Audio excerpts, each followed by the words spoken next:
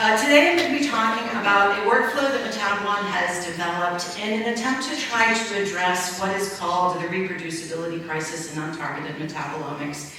We see over and over again that there is this prevalence of data not repeating, and that's hurting the metabolomics community. And we really believe that this is not inherent to the metabolomics science, but was really just a result of the lack of standardization across the community. So we wanted to go about testing a standardized workflow to see what the data would look like in terms of biology being preserved. So the workflow that we put together is a workflow that covers everything that you will need in an untargeted workflow, from sample preparation, really easy to use LC-MS analyses, system suitability testing so that you know if the instrument's even ready to go before you run your samples, embedded quality controls so that you know, that you have blanks, internal standards so that you can assess the samples after they've run.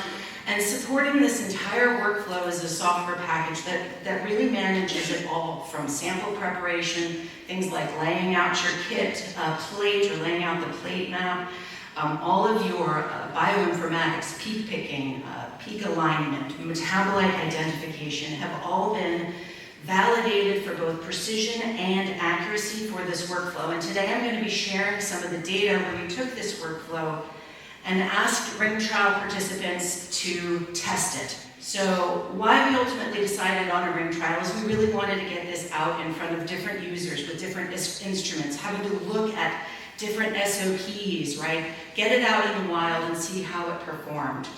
And we did this by sending biologically diverse samples to all the labs, which included all the QC materials that needed, the full workflow that they needed, and obviously access to that supporting software system to manage the entire workflow.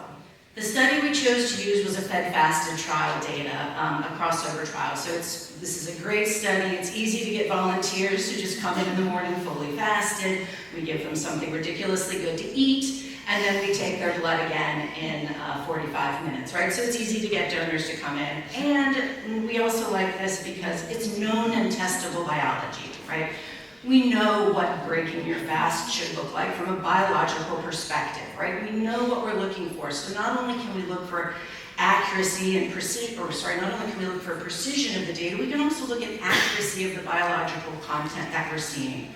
So when we were looking at this ring trial data, not only did we want to assess, are we able to see that that all the ring trial labs were getting similar data, we wanted it similar and accurate. So again, why it's so important to use this sort of known biological scenario. Oh, sorry, let me just show you real quick. One of the things I do like about this data is this very importance plot. Some of the most important metabolites in this data were the things that we fed the people. Right, so you'll see some artificial sweeteners, those were in the protein shake we gave them. You'll see some vanillin components, those are the flavoring from the drink we get them. And there's other aspects of this as well. As you look towards the bottom of the list, you can start to see the shift in the endogenous biological processes, which bile acids. When you feed, you get a shift in bile acids, right?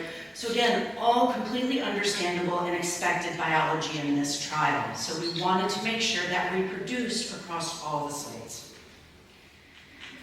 So these were the labs that agreed to participate in the ring trial, and I want to thank them so much for their participation.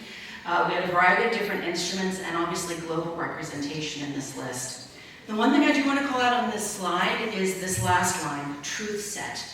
One of the things that we wanted to do, and I've already mentioned this, is not only look at precision, how reproducible is, but ultimately get back to accuracy. So to make sure we could also assess accuracy, we wanted to highly characterize that biological sample set. So what we did is we ran those same samples in-house and heavily characterized them for metabolite identification accuracy, peak alignment accuracy, quantitation accuracy, where all the peaks and integrations performed correctly, so that when we were looking at the ring trial data, we were always also able to look back and say, how did that data look when compared to the highest truth untargeted data we could look at? The analyses that we performed cover a wide range, and you're going to see all of these in the slides today.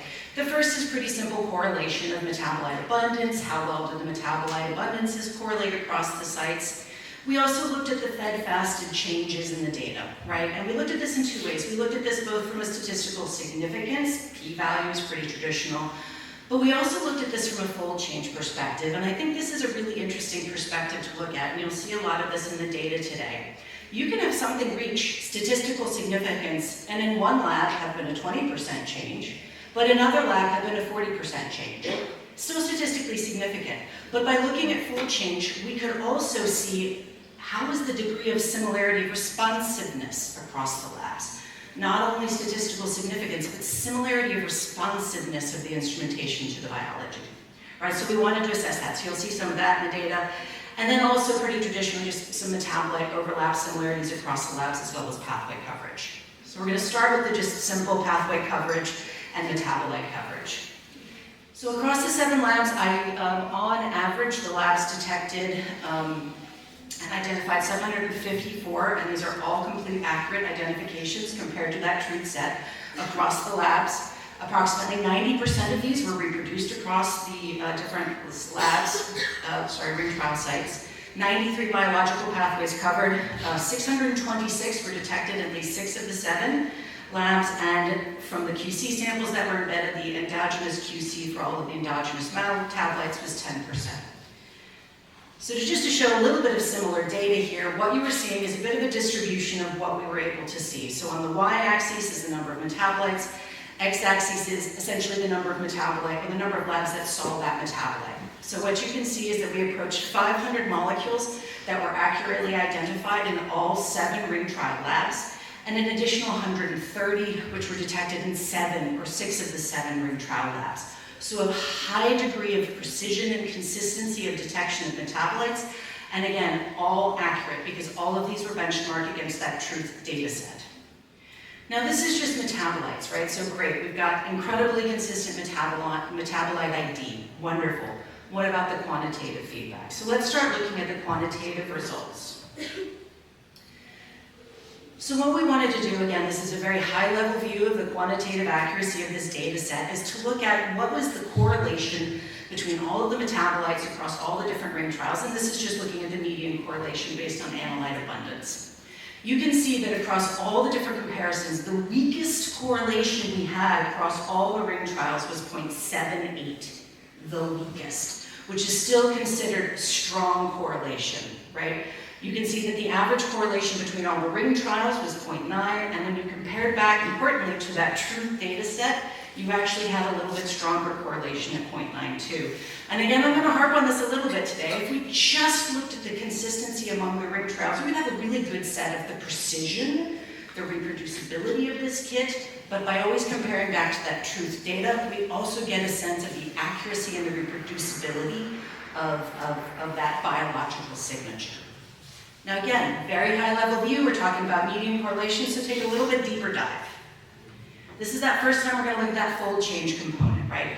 So what we've done is we've mapped on the y-axis all the data from the ring trials, and then on the x-axis that truth data set. And we're looking at fold change here. So what you can see, as you would expect, there's a cluster of metabolites around 0. And I should say this map includes all metabolites detected across all of the labs. So look at the degree of conservation across the 7 labs for the fold changes across these metabolites. And again, you see a cluster around 0. Those are the metabolites that didn't change, right? Fed, fasted, signature 0. So those are the metabolites that didn't change. So when you're looking at the metabolites that are changing, very consistent performance and across all the ring trials. And yes, there are some dots off the linear line to be expected. These are still 7 different labs, different instruments, different users. But again, a high degree of consistency. And perhaps, maybe one of my favorite slides of the day, there's one other one that I compete for with my favorite list on this, is ultimately at the end of the day, we want our analytical variability to contribute negligibly to what we're trying to do with the biological signature, right? And what we've done here is we've mapped all 7 labs who participated in the ring trial looking at principal component 1. You can see all the donors along the x-axis here. And I'm going to pick on donor 11 here. What you were looking at is the fed versus the fasted for that individual. And the bar and whiskers, box, thank you, box and whiskers, thank you, appreciate it. Save, audience, save, I love it. The box and whiskers plot is covering the spread of the contribution of the analytical labs, 7 different analytical labs. So we've been across 7 labs. The defining separation here is both the fed-fasted signature, but also, unfortunately, the donor-to-donor differences, right? We know when you analyze humans, we are all so diverse. It's a pain in the butt, it's really difficult, to be frank. But again, the analytical is contributing very small amount to this signature. Now again, this is principal component 1, right? This is going to be the biggest signature separating the data. So let's kind of go it one step deeper. So what we did is we wanted to look at all the features, all the metabolites that we identified that rose statistical significance. How many of these repeated in the other kits? So we've ranked these from the bottom, from the most statistically significant analytes. So you saw we had 127 metabolites that had very high statistical significance, IUP less than 0.001 in the fed-fasted trial, up to those metabolites that were not significant at all in the particular study. So you can see the N is the number of metabolites under each. And then what we wanted to do is, okay, how many of these signatures repeated in the other trials? So you can see that for the most statistically significant metabolites, over 90% of those signatures repeated in the other trials, the other sites. As you go down in statistical significance, not surprisingly, whatever, you'll see that there is a decrease in that sort of consistency, right? You're getting closer and closer to non-statistical significance, closer and closer to noise. You start to see less preservation of that signature as that goes down, as well as more spread across the ring trial. So not unexpected. Now, you add the additional criteria, which we often do, to say, okay, well, what if we look at, if it had to be statistically significant and at least a 20% fold change, you can see you can serve a lot more of that biology. Again, what you're doing here is just adding a little bit extra stricter criteria to get you a little bit farther away from the noise in the data. And you can see that once you put the both statistical significant and a 20% fold change between the fed-fasted model, you see a much higher degree of the preservation of statistical significance, again, in this untargeted workflow. And you can just see here the specific increase. And importantly, we're not just covering one area of biology here, right? You saw earlier that in this fed-fasted trial, they were actually components of the xenobiotics, the food that we fed them to break their fast, were part of the signatures that were the most statistically significant in this study, right? So that is absolutely captured. We are covering a breadth of biology with this workflow that really allows you to capture the full biological signature, what it needs to break your fast. Now this is the other slide that competes for my most favorite one. There's a lot of targeted versus untargeted conversations that go on. So what we ultimately wanted to do was say, okay, well, how does this untargeted method compare to a fully quantitative, validated, 8-point external curve, quantitative, matched internal standards methodology, right? The highest quality quantitation you can get. So we ran 2 of our targeted panels that we have at Metabolon, our indels panel and our amino acid panel, so that none of you think I'm cheating. Tryptophan is on here twice, because it's in the indels panel and in a tryptophan panel, so it's on here twice.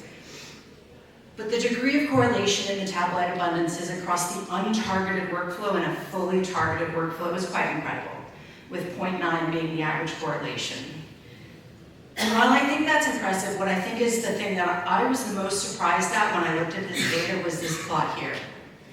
This is, again, looking at the correlation of that fold change between the fully targeted data on the x-axis and the ring trial data on the y-axis. The reason I find this interesting is look at the slope. The slope of this line is almost 1, which means when the targeted data said it doubled, the untargeted data said it doubled. If the targeted data said it went up 20%, the untargeted data said it went up 20%. Now this is a subset of analytes, it's only 27, but I don't think even myself, I would have predicted this degree of responsiveness similarity to a fully targeted method with a fully untargeted workflow. So it just speaks to the reproducibility of the workflow, the quality of the analytical pipeline that is able to drive all of this. So to summarize, we were really excited, obviously, by the data. We were able to get incredible data across 7 different international sites, really showed reproducible workflow, so highly precise across the ring trials in both terms of metabolite identified as well as quantitative accuracy and reproducibility, broad biological coverage, this biological signatures incredibly preserved, even more so than I would have predicted, again, based on that targeted to untargeted data. I've got 2 QR codes up on here. One is just for more information on the workflow. The other one is for a poster which has a little bit more of the analytical nitty-gritty for those of you chemists like me out in the world who want the really kind of detailed nitty-gritty. We also did a lot of things like robustness testing, like what if you oops make the buffer wrong, what if you oops add too much acetonitrile, what happens to the data. So some of that sort of robustness validation testing is contained in that second QR code. And finally, I would really like to thank all of our participators in the ring trial. We could not have done this without them. They took their time, they took their labs' time to work with us and obviously let us have some of their data to show off today. So I really, really appreciate all of their efforts today. And thank you very much. I know I ran very close to my time, but thank you very much.